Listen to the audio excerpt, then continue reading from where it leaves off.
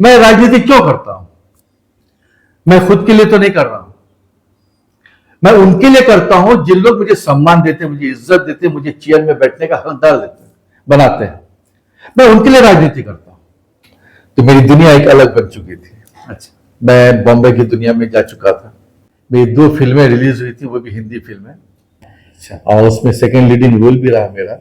अब अल्लाह को ये मंजूर थी कि नहीं, तुम अभिनेता नहीं, तुम राजनेता तुम बन जो जाओ। हो तो राजनेता में आकर के हमारे अवाम का खिदमत में लग जाओ।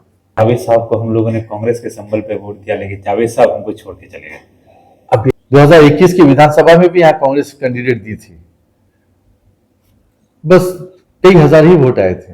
अब आने वाले चुनाव है पश्चिम बंगाल में 2026 को।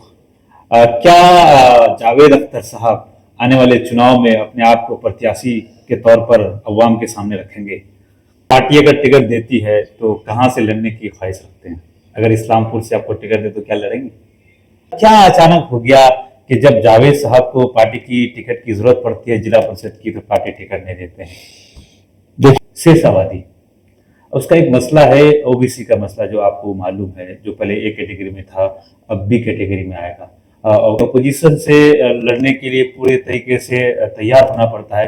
क्या उसी राजनेता को अपने ही राजनीतिक दल के लोगों से भी अंदरूनी तौर पर लड़ना पड़ता है? क्या क्या यही वजह है कि आपको टिकट नहीं मिला था इस वक्त? आप तमाम दर्शकों का स्वागत है। मैं फैजान अशरफ, और मेरे साथ खास मेहमान इस वक्त खास बातचीत करने के लिए मौजूद हैं। किसी परिचय का मोहताज नहीं है। उत्तर दिनाजपुर जिला परिषद की राजनीतिक में एक ऐसा चेहरा जिसको हमेशा राजनीतिक की अलग अलग फील्ड में देखा गया, अगर कहा जाए अलग अलग पीच पर देखा गया है, चाहे वो कांग्रेस के पीच पे हो, चाहे वो तृणमूल कांग्रेस के पीच पे हो। हमारे साथ मौजूद हैं इस वक्त जिला परिषद के सदस्य हैं उत्तर दिनाजपुर के मोहम्मद जावेद अख्तर साहब। आपका बहुत बहुत स्वागत है सर। सर, सबसे पहले बहुत ही मुख्तसर में अपनी जो पॉलिटिकल कैरियर है उससे परिचय हमारे दर्शकों को आप दें, बेहतर होगा। देखिए, आपके जरिए से मैं जहां तक हमारी आवाज या हमारा चेहरा आपके माध्यम से जा रहा हूं, मैं सबों को मैं अस्सलाम वालेकुम, आदाब और नमस्कार। मैं जावेद अख्तर आज आपके जरिए से मैं पहली बार आया हूं, और सबसे पहले मैं ये बता दूं कि 2013 में तो उससे जनरल टिकट थी, तो उस वक्त मैं जिला परिषद में इलेक्टेड मेंबर था।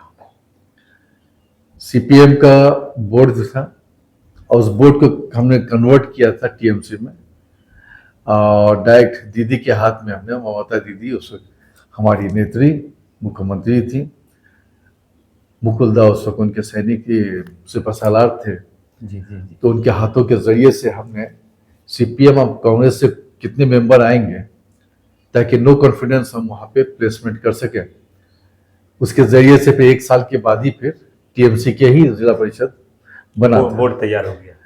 उस वक्त मुकुलदा ने एक बात कहा था कि जावेद, तुमने मेहनत किया, तुम्हें कौन सा पोस्ट चाहिए? हमने कहा कि जो सीपीएम छोड़ के आए हैं उनको आप ऑनर दीजिए, जो कांग्रेस छोड़ के आए हैं उन्हें ऑनर दीजिए।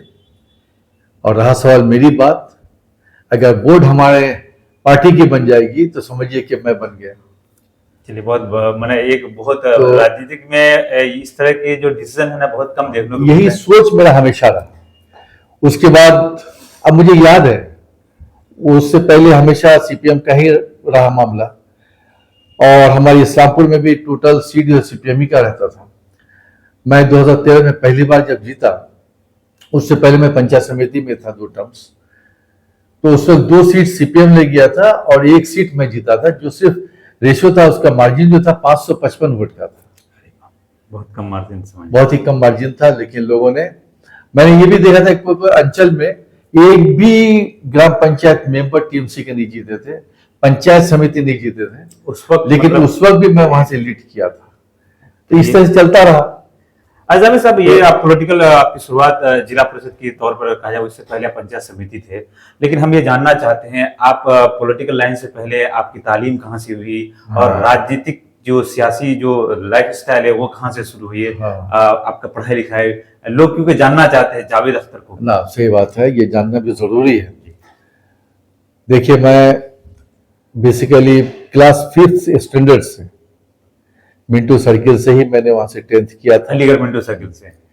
और फिर मैंने वहां ग्रेजुएशन बीएससी केमिस्ट्री ऑनर्स में मैंने यूनिवर्सिटी से कंप्लीट किया।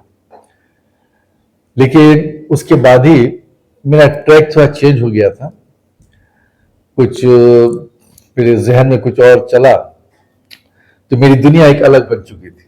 अच्छा। मैं बॉम्बे की दुनिया में जा चुका था और वहां भी स्ट्रगल करते हुए मैं बहुत हद तक आगे बढ़ा था।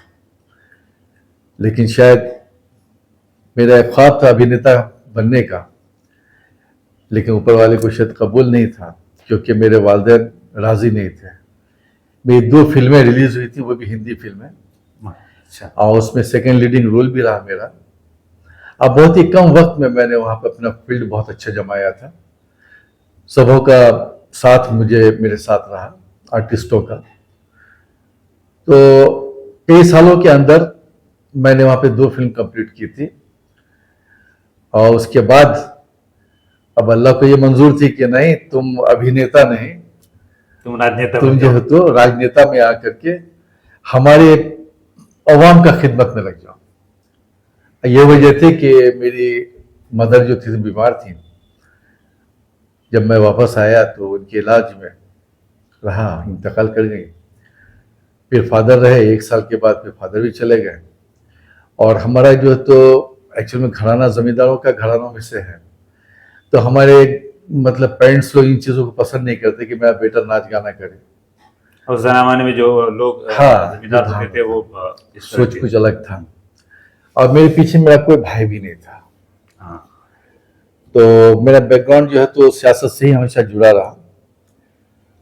तो वहीं से फिर मैं बैक किया, तो फादर भी 1 साल के बाद डेथ कर गए। फिर वो हमारे प्रधान थे, फादर हमेशा कंटिन्यू, जब से राज हुआ था, अच्छा। पंचायती राज। पंचायती राज जब से होते प्रधानमंत्री। तो फिर उनकी जगह को हमने बाई इलेक्शन में लिया। कई महीना के बाद फिर इलेक्शन हुआ, तो फिर पंचायत समिति में हम आ गए 2003 में। लेकिन मैं ये कहानी सुना रहा हूँ आपको 87 की।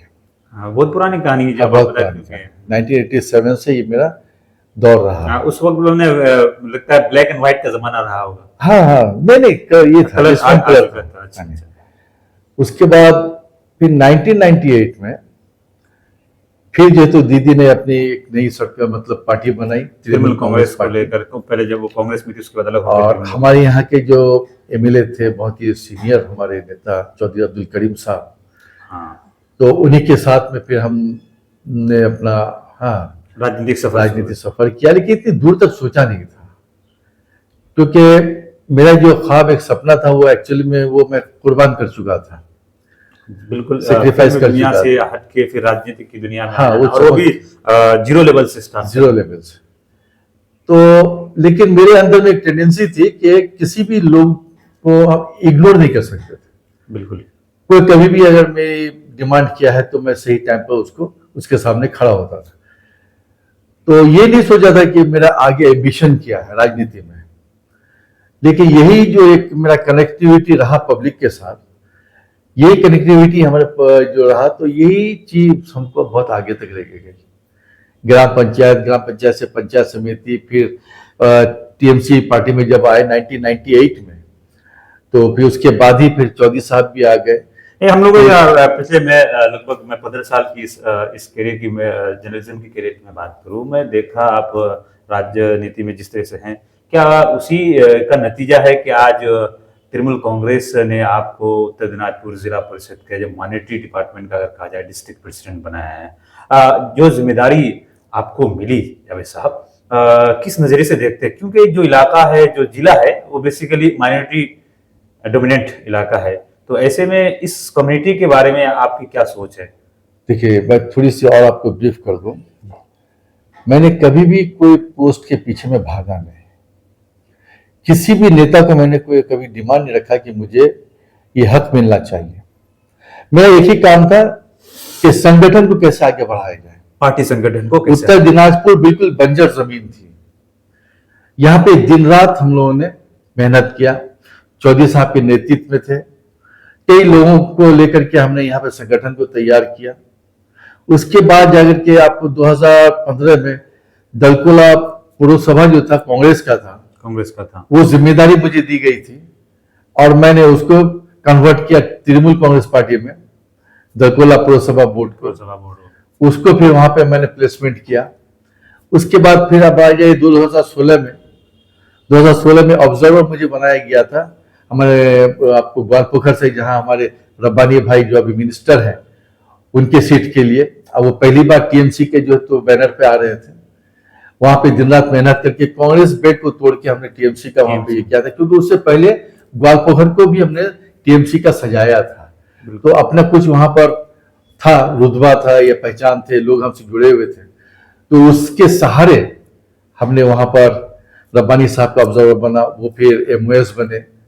ये खुशियां हमें मिलती है कि मेरा मेहनत, आज भी वो मिनिस्टर हैं कि कंट्रीब्यूशन में जो थे मेरा भी कुछ हिस्सा रहा। उसके बाद 2016 में ही हमारे यहाँ से सीपीएम कांग्रेस से अलायंस में जीते हुए थे हमारे आपको कन्हैयालाल अग्रवाल जी। 2017 में उनको भी मैं पार्टी में लाने के लिए परस्यू किया, वो फिर पार्टी में आए भी। आने के बाद फिर 2019 में उनके लिए फिर हमने शुभेंदु अधिकारी ऑब्जर्वर थे, हमने कहा था कि एमपी की टिकट के लिए सबसे सुटेबल कैंडिडेट हैं, तो उसमें वो भी टिकट पाए। उसके बाद मुझे दीदी ने डायरेक्ट जो है तो एमपी का टिकट किशन से दे दिया। हाँ, एक बार आप एमपी भी लड़ चुके हैं किशन बिहार से। तो चूंकि दीदी का एक हम पर नजर हमेशा रहा और एक ऑनेस्टी सैनिक के सोल्जर के हिसाब से हमेशा दिखती थी। 2017 में हमें आपको याद होगा उनका प्रशासनिक मीटिंग था सोनापुर में, इस्लामपुर बाईपास को लेकर बहुत ही टेंशनाइज थी। बिल्कुल। तो उस मीटिंग में जब मैं था वहां, तो उसमें मैंने डिमांड रखा था कि दीदी मुझे इस्लामपुर में सिर्फ एक ही कॉलेज है और नंबर ऑफ स्टूडेंट्स इतने ज्यादा हैं कि हमारे इस्लामपुर सब डिवीजन की जो लड़कियां हमारी बहनें हैं वो प्रॉपर वे में कॉलेज नहीं जा पाती हैं, एडमिशन नहीं ले पाती हैं और अपने पाँव में वो खड़ी नहीं हो पा रही हैं। तो उन लोग के बारे में आप कुछ सोचिए।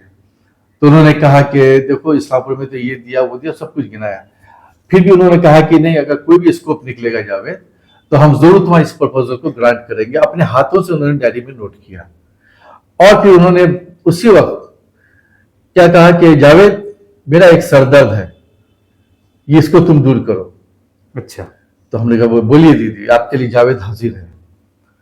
तो उन्होंने कहा कि इस्लामपुर बाईपास जब से गवर्नमेंट हमारी बनी है 2011 से, सेंट्रल गवर्नमेंट हमेशा प्रेसाइज कर रही है कि ये हमको जमीन जो तो अलॉट करके दो।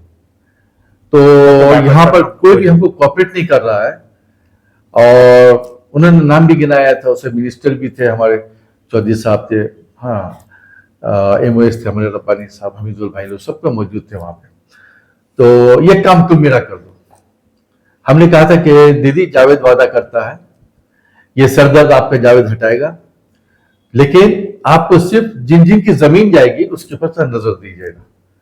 तो ये जिम्मेदारी उस वक्त उन्होंने दिया और उस वक्त से हम लगे। आयशा रानी मैडम हमारी डीएम थी आयशा रानी, वो साथ में लेकर के फिर गौतम देव हमारे जो अपने मेयर हैं अपने सिलीगुड़ी के, उनको डिप्यूट किया गया हमारे साथ।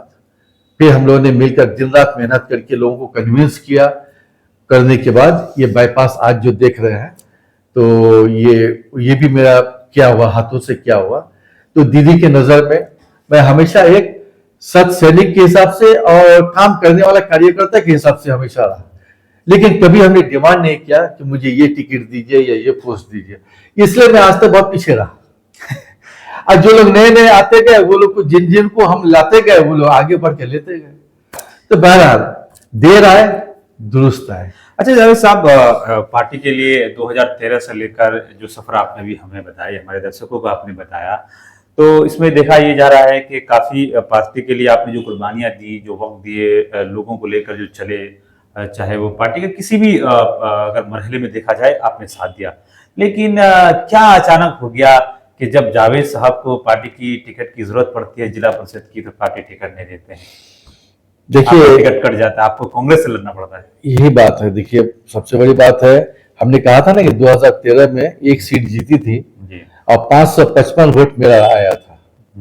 2018 में मेरी चूंकि महिला सीट थी तो मेरी वाइफ थी और उसे 10,500 वोट आया था। तो मैं देख रहा था कि 2013 और 5 साल के अंदर लोगों के अंदर में मेरे लिए क्या जगह बनी है। बिल्कुल। तो 500 की जगह में 10,000 एक बार 5 साल में प्लस होना ये एक मायने रखता है।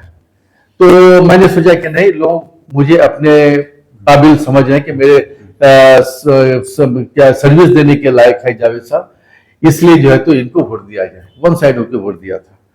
उसके बाद 2023 का मामला आया तो उसमें हमारे स्टेट लेवल से कोई ऑब्जर्वर नहीं थे।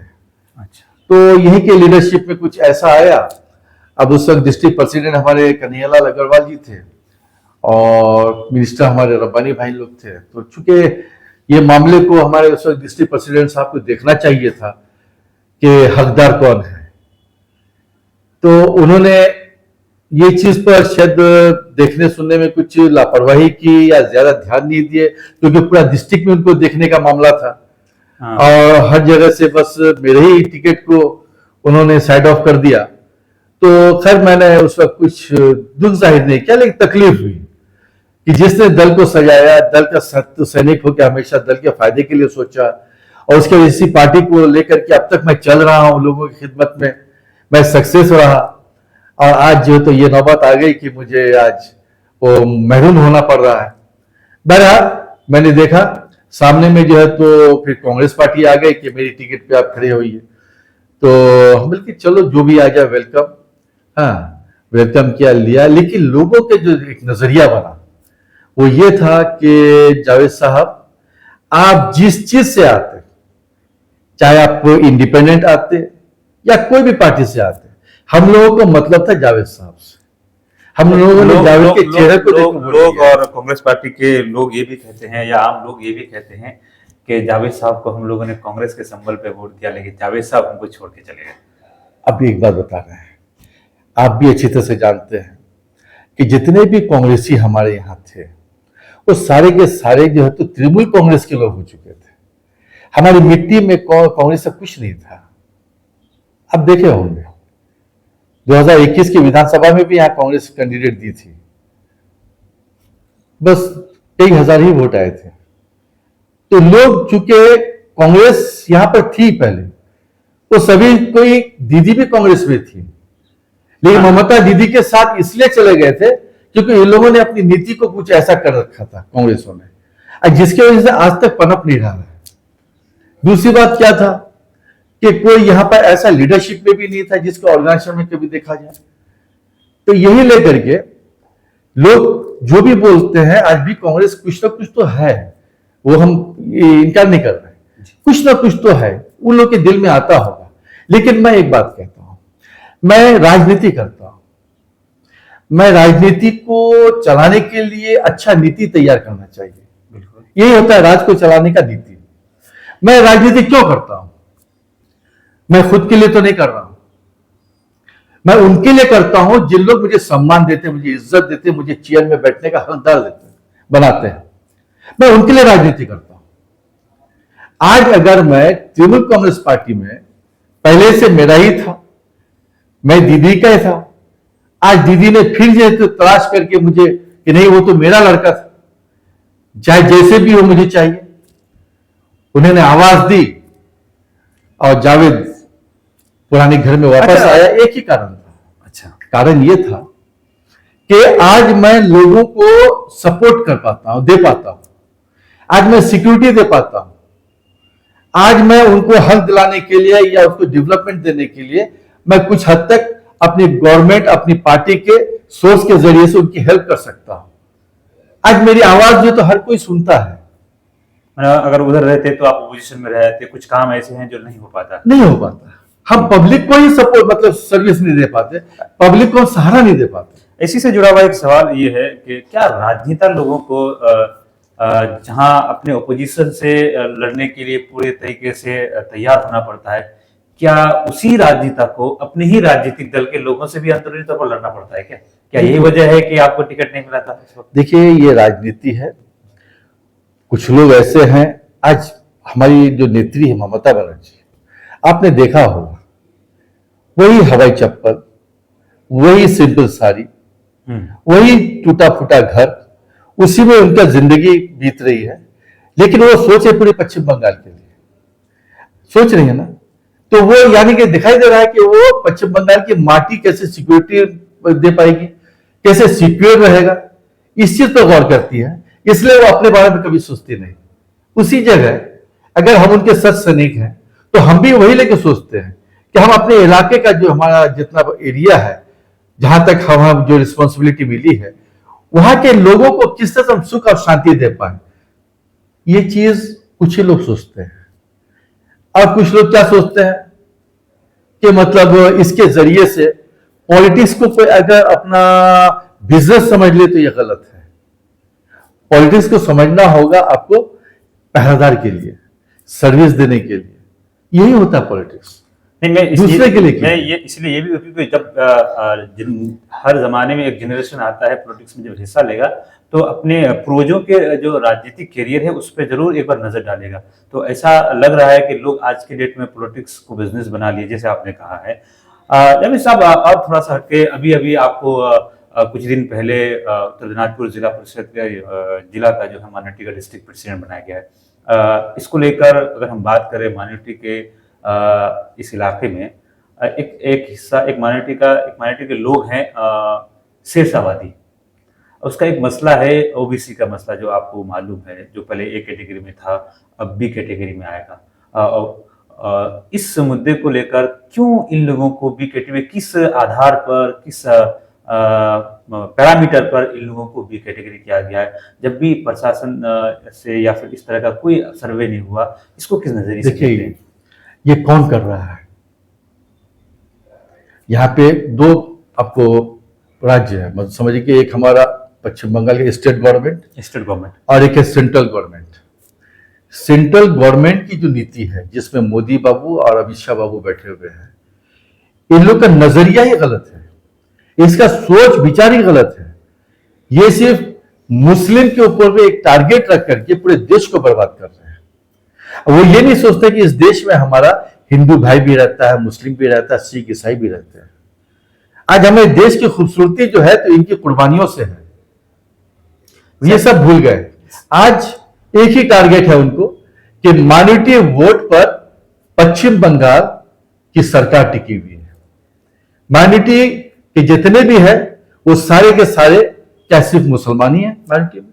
नहीं ना, वो और भी हमारे कास्ट में माइनॉरिटीज है, जैनिस है, बुद्धिस्ट है, लेकिन उनका सिर्फ एक ही टारगेट है कि मुस्लिम को ही किसी तरह से डिमोलाइज करो, किसी तरह से तोड़ो, किसी तरह से भयभीत करके सिर्फ अपने ठिकाने में लगा दो, बर्बाद कर दो। सर यहाँ पे हम यही कारण है, एक मिनट बताओ, यही कारण है कि आज ओबीसी के लिए आज ममता बनर्जी हमारी गवर्नमेंट लड़ रही है। किसके लिए लड़ रही है? हमारे लिए लड़ रही है। शेरशाह भाई लोगों के लिए लड़ रही। शेरशाह भाई और हम लोगों में कोई फर्क है क्या? नहीं है। तो ये सब सिर्फ एक राजनीतिक तोड़-जोड़ क्या ही राजनीति कर रहा है ये सेंट्रल गवर्नमेंट, जो इसका चक्रांत जो चला रहा है वो कभी कामयाब नहीं होगा। नहीं, मैं वो आपको शेरशाहवादी के बात, माइनॉरिटी में जो एक कम्युनिटी है शेरशाहवादी, उसको ए कैटेगरी में पहले थे, उसको बी कैटेगरी में, और इस जब ये रिपोर्ट बनाया गया उसी में आप ही के पार्टी के एमएलए ने साइन करके उस रिपोर्ट को दिया, जिसमें दो माइनॉरिटी कमीशन के जो मेंबर थे उन्होंने साइन कर दिया। तो कहीं ना कहीं उस कम्युनिटी को क्या ऐसा डेवलप हो गया कि उसको ए से बी मिला गया? बताया जा रहा है कि वो लोग बहुत डेवलप कर दिए, क्या ऐसा लगता है आपको? सर नहीं, ऐसा कोई बात नहीं है। और हमारे लीडरशिप में किसी ने अगर साइन वाइन भी किया है तो आगे का सोच के किया है। अच्छा, ऐसी बात नहीं है कि उनके खिलाफ में क्या है, ऐसी बात नहीं है।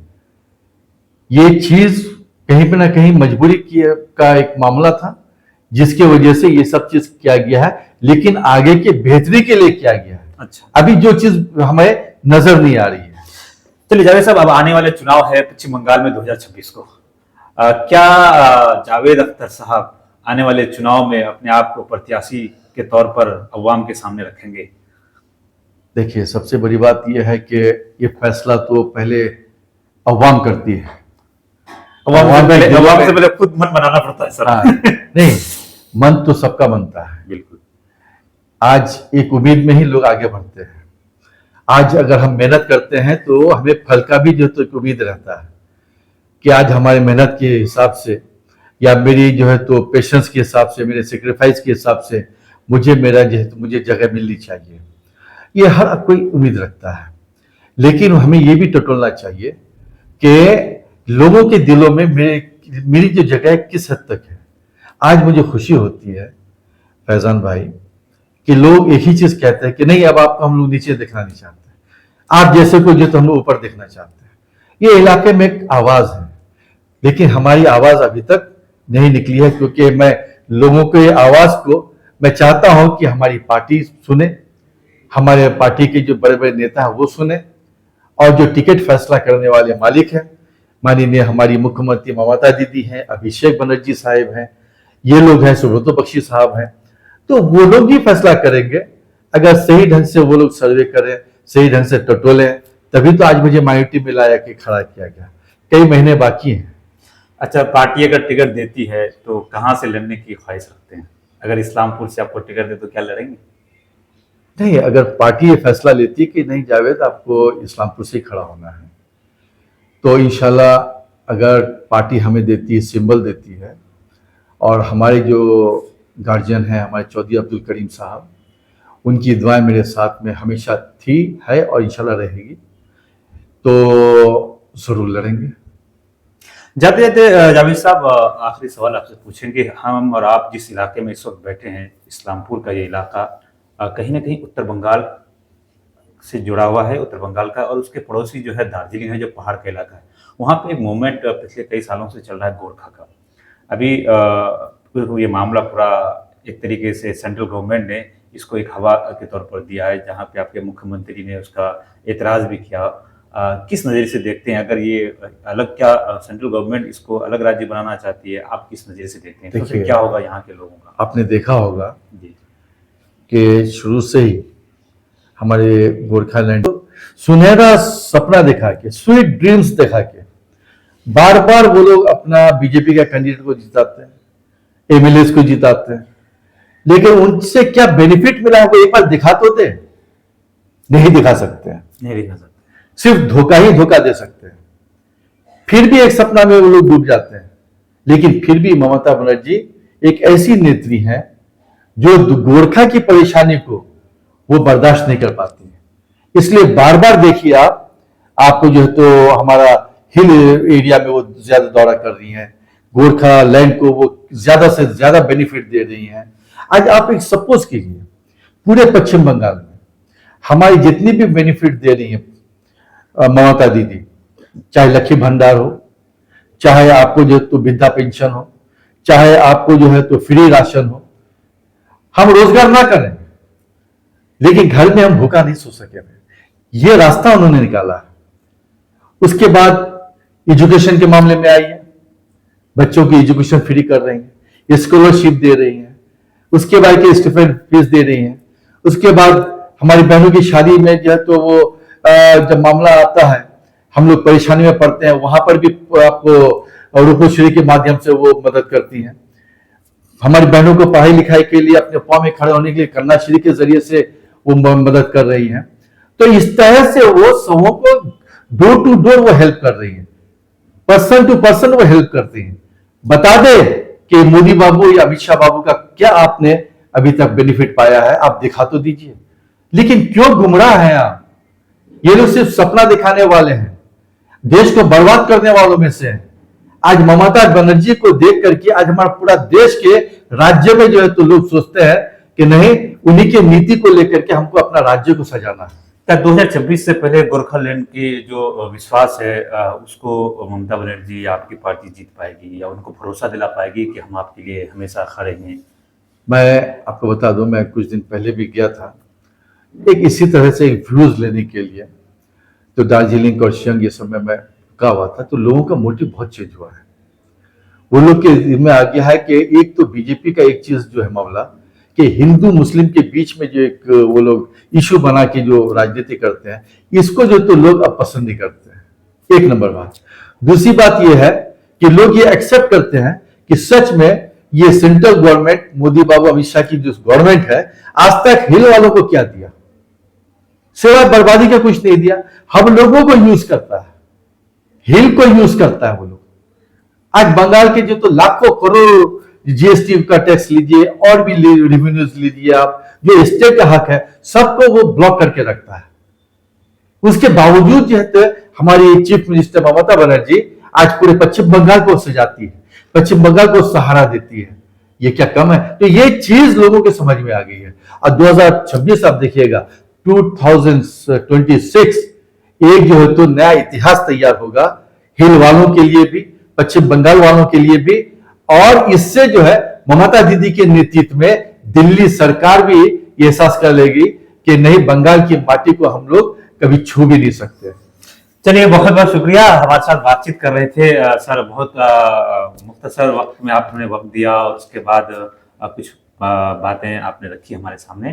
तो जो भी दर्शक हमारे इस वीडियो को देख रहे हैं, हमारे साथ बातचीत कर रहे थे Uttar Dinajpur Trinamool Congress minority district president और जिला परिषद सदस्य जावेद अख्तर साहब। अपनी बेबाकी के लिए जाने जाते हैं, सियासी मैदान में हमेशा सक्रिय रहे हैं, उन्हीं से बातचीत चल रही थी। हमारा ये इंटरव्यू, हमारी ये बातचीत आपको कैसी लगी कमेंट बॉक्स में जरूर बताइएगा और ज़्यादा से ज़्यादा इस वीडियो को शेयर कीजिएगा। फिलहाल के लिए दीजिए हमें इजाज़त। बहुत बहुत शुक्रिया।